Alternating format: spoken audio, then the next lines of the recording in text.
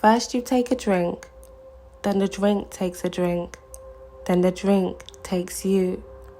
Upon the many phrases out there in relation to the consumption of liquid substances, this phrase by Scott Fitzgerald really stood out to me in relation to this case.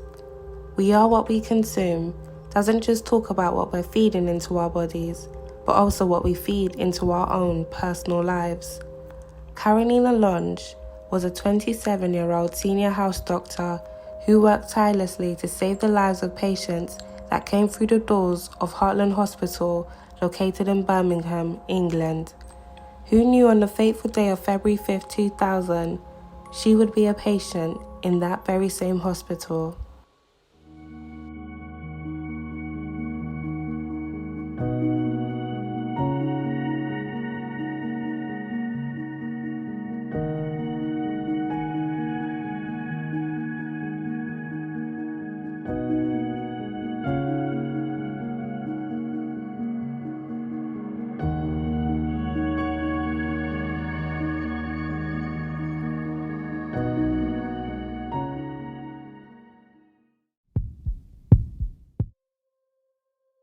August 3rd, 1972 would be the year Karenina Longe was welcomed into the world by her doting parents, Feluso and Carol Longe.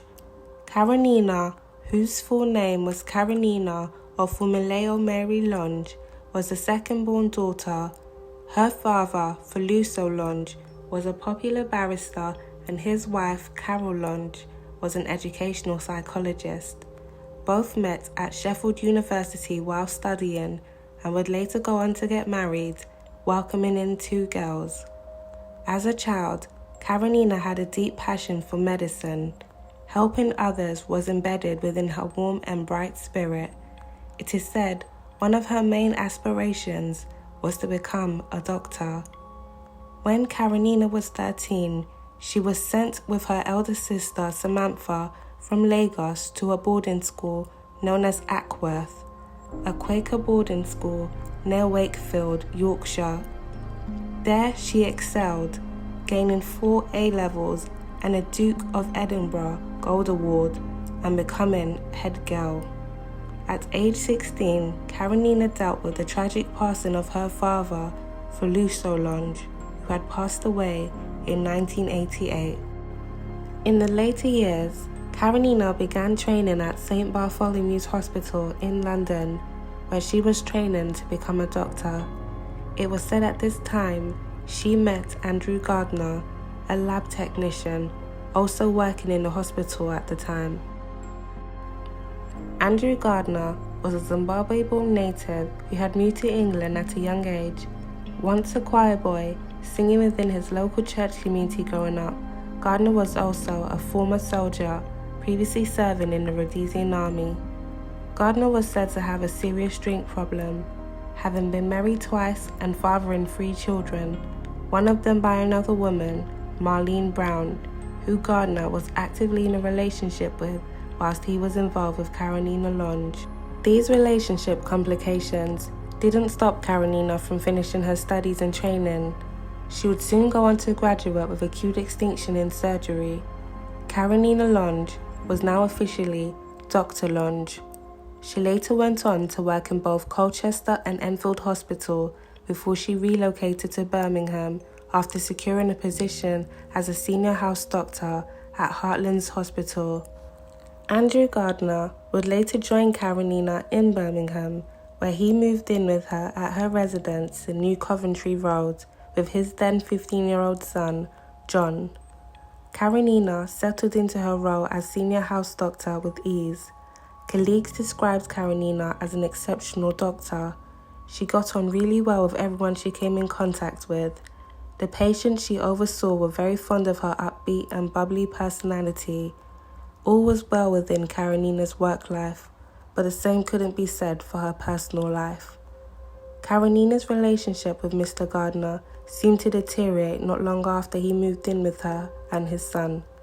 It was noted that Mr. Gardner was unemployed at the time he moved in with Karenina and failed time and time again to secure a job. It was said he spent most of his day drinking heavily and watching TV. As a result of his excess drinking, Mr. Gardner would pick fights with Karenina whenever she would return from work. These fights soon turned violent. A few days before her death, Karenina had informed her mother that Mr. Gardner had hit her. It is said that during another argument, Andrew had hit Karenina before kneeing her in her stomach. As a result of this, Karenina decided to leave the home she shared with Andrew and move back into her mother's home before then moving into hospital staff accommodations.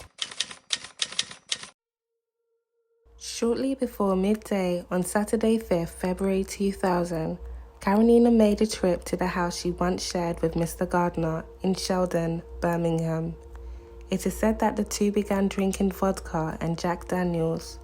At some point during this interaction, it is alleged Karenina then swallowed drain cleaner fluid, which was about 93 to 96% sulfuric acid. He said shortly after they had gone upstairs to make love, Karenina had apparently complained of abdominal pains and then later admitted to swallowing the acid. Mr. Gardner told police that he had left the cleaner solution in a mug which he had been using to clean the drains earlier that day, and either by accident or in a suicidal fit due to work and exam pressures, his former girlfriend had drunk it. Shortly after becoming aware of this, Andrew Gardner did nothing for 23 minutes whilst the acid was taking its effect on Karenina. For 23 minutes, Andrew Gardner listened to the agonized cries of his former girlfriend as the sulfuric acid ate through her internal organs before he finally called an ambulance.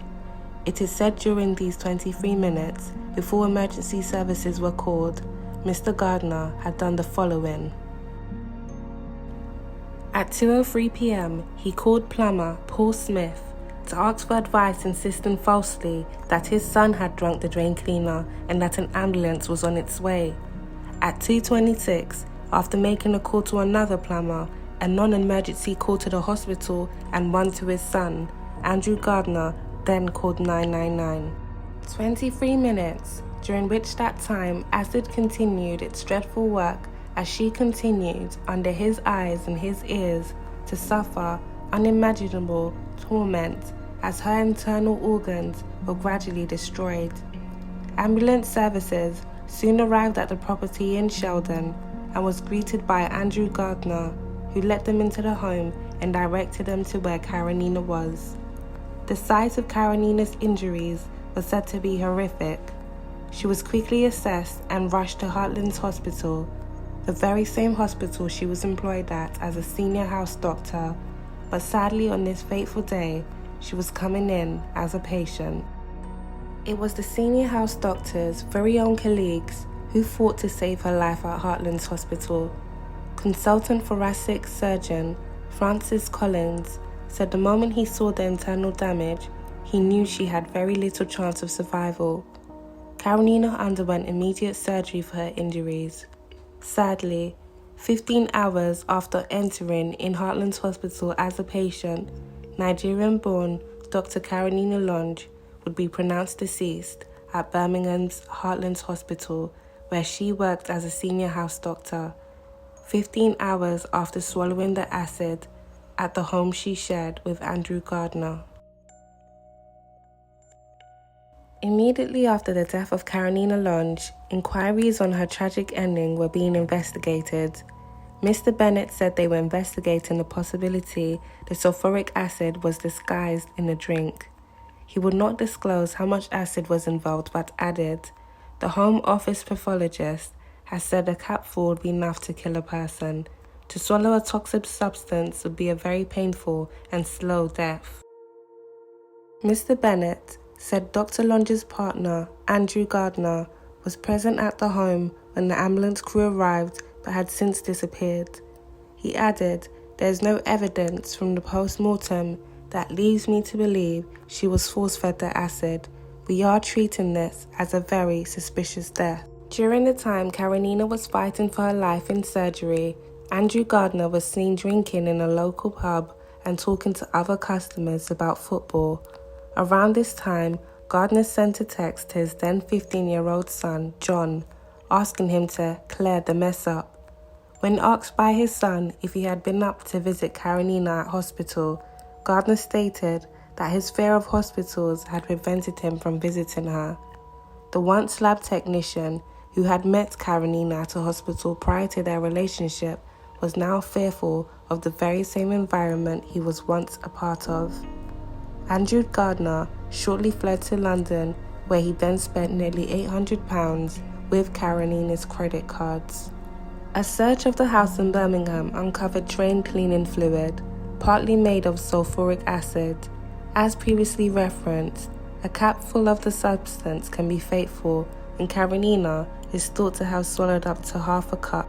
Detective Chief Superintendent Graham Bennett, leading the inquiry, said yesterday Karenina died after she swallowed a large quantity of sulfuric acid. We are regarding it as suspicious and working on the possibility that a second party was involved. We want to question Mr. Gardner about this incident, as we believe he holds vital information. A post-mortem examination has failed to reveal how Dr. Longe came to swallow the acid. No bruises were found to suggest she was forced to drink it. Cups, glasses and mugs taken from the house were being examined.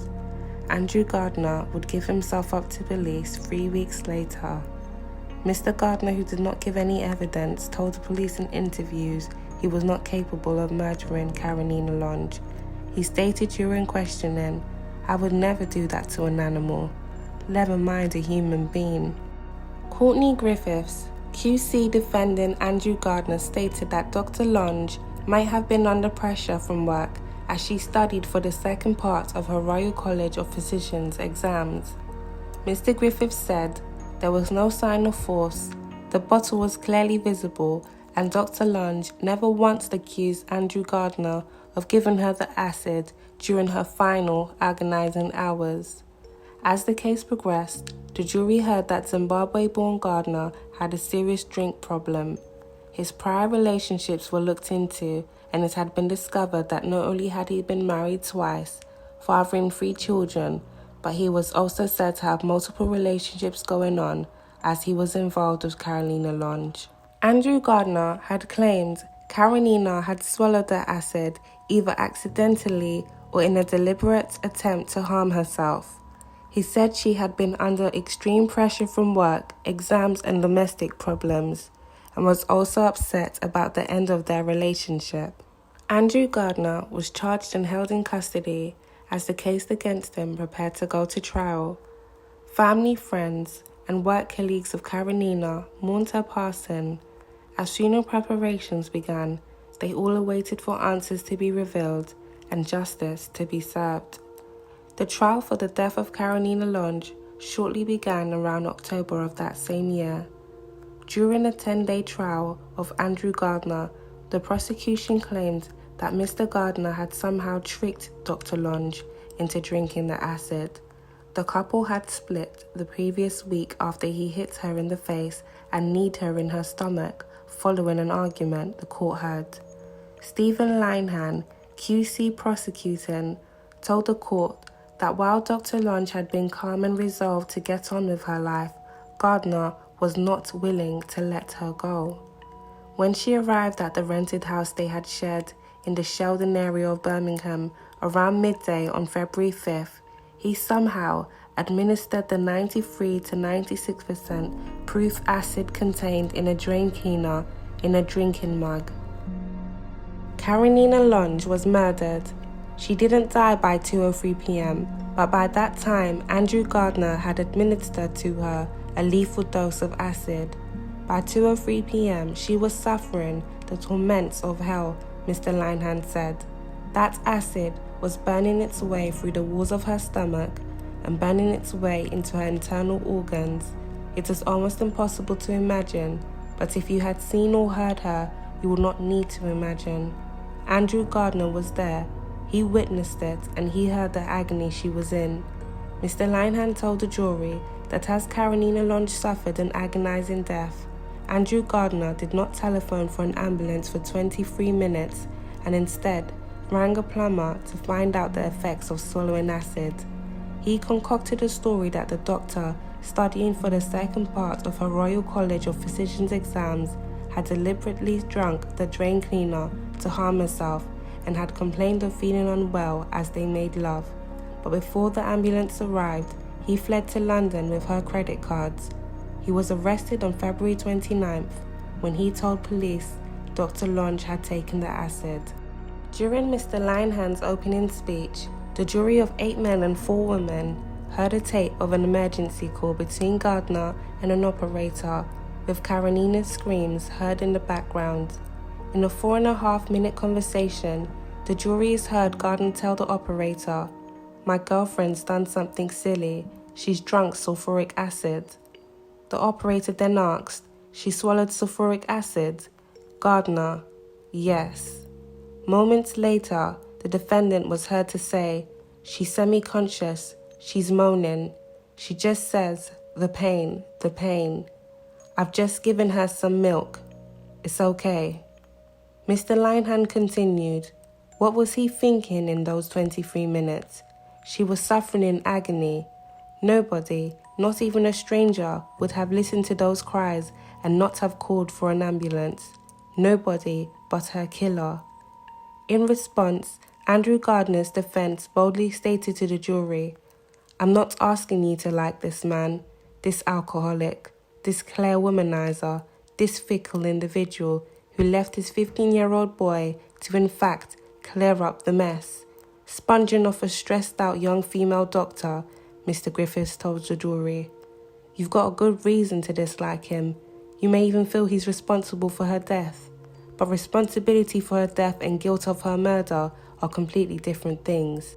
Andrew Gardner's defense counsel, Courtney Griffiths, suggested Karenina may have drunk the acid as a last vain attempt to get Mr. Gardner to notice her. Mr. Linehand told the court that that was a blatant lie, that the popular and intelligent young doctor would not have swallowed the acid to commit suicide and intentionally die in torment. The pain would have been immediate, and she would have been in no position to invite the defendant to go upstairs and make love, as he previously suggested. He said it was unclear how she swallowed the cleaning fluid, but it could have been a last toast offered by Gardner before they went their separate ways. The jury was shown photographs of the house, an acid staining both on the carpet and sides of the bed in the room where Dr. Longe and Gardner used to sleep in, as well as the plastic bag in which the bottle of cleaner had been kept in. Highlighting the pictures of the doctor's clothes, Mr. Linehand said, "At the time Gardner claimed she swallowed the acid in a deliberate suicide, she was completely undressed. However, when the ambulance came to collect her and when she got to the hospital, she was wearing this top, pants and these jeans." Images of the clothing Karenina wore when she arrived at Heartlands Hospital were shown to the jury as the trial continued. Karenina's mother, Carol Longe, and her sister Samantha sat in the public gallery every day of the trial, holding on to one another for comfort and support. Sitting surrounded by photos of her sister, Samantha said they were determined to come to terms with their grief. After 13 hours of deliberations, the jury at Birmingham Crown Court agreed with Courtney Griffiths for the defense that suspicion was a million miles away from proof and acquitted Andrew Gardner of manslaughter, having already found him not guilty of murder. Mr. Gardner closed his eyes but showed no emotions as the jury returned their not guilty verdict on the murder charge. As he was cleared on the second charge, the former choir boy and soldier stood with his head bowed as his family wept. Afterwards, Mr. Gardner's solicitor, Mark Bowen, thanked the jury for preventing a miscarriage of justice. The prosecution was not based on hard evidence, he said. It was based on pandering to people's emotions. This reiterates the importance of the jury system, and the government should take note. Mr. Bowen added that Mr. Gardner was calling for Winson Green Prison in Birmingham, where he was held on remand following his arrest, to be closed down because of appalling and oppressive conditions. Mr. Gardner is happy and relieved that his ordeal is over, the solicitor continued. He will now try to rebuild his life with his family. As the final verdict was delivered, Karenina's mother, Karenina Longe, shouted from the public gallery, "There's no justice." She added, "This is nonsense. It's absolutely farcical. Where is the justice in the British legal system?" Outside the court, Karenina's mother maintained her daughter would not have committed suicide. "Everybody who knows her knows she was a young woman who had everything to live for," she said. Andrew Gardner's solicitor, Mark Bowen, praised the jury for preventing a miscarriage of justice. The defense insisted that suicide or an attempt to harm herself was the only explanation based on hard evidence, as there was no sign of force. The bottle was clearly visible, and Karenina never once accused Mr. Gardner of giving the acid to her. Mr. Bowen said, "He remains devastated by the suicide of Karenina Longe. We believe the prosecution was not based on hard evidence. It was based on pandering to people's emotions. A criminal prosecution should be based on hard evidence."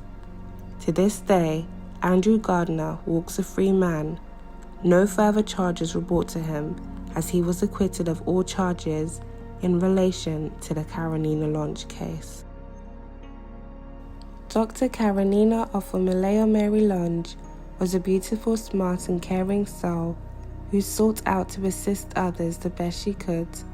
She formed close bonds with all those she came in contact with. Sadly, one of those bonds would lead to her untimely passing. The quote, "We are what we consume," doesn't just talk about what we're feeding into our bodies, but also what we feed into our lives. Just like substances, catering to toxic individuals can have adverse effects in our lives, as well as our outlook of life and relationships.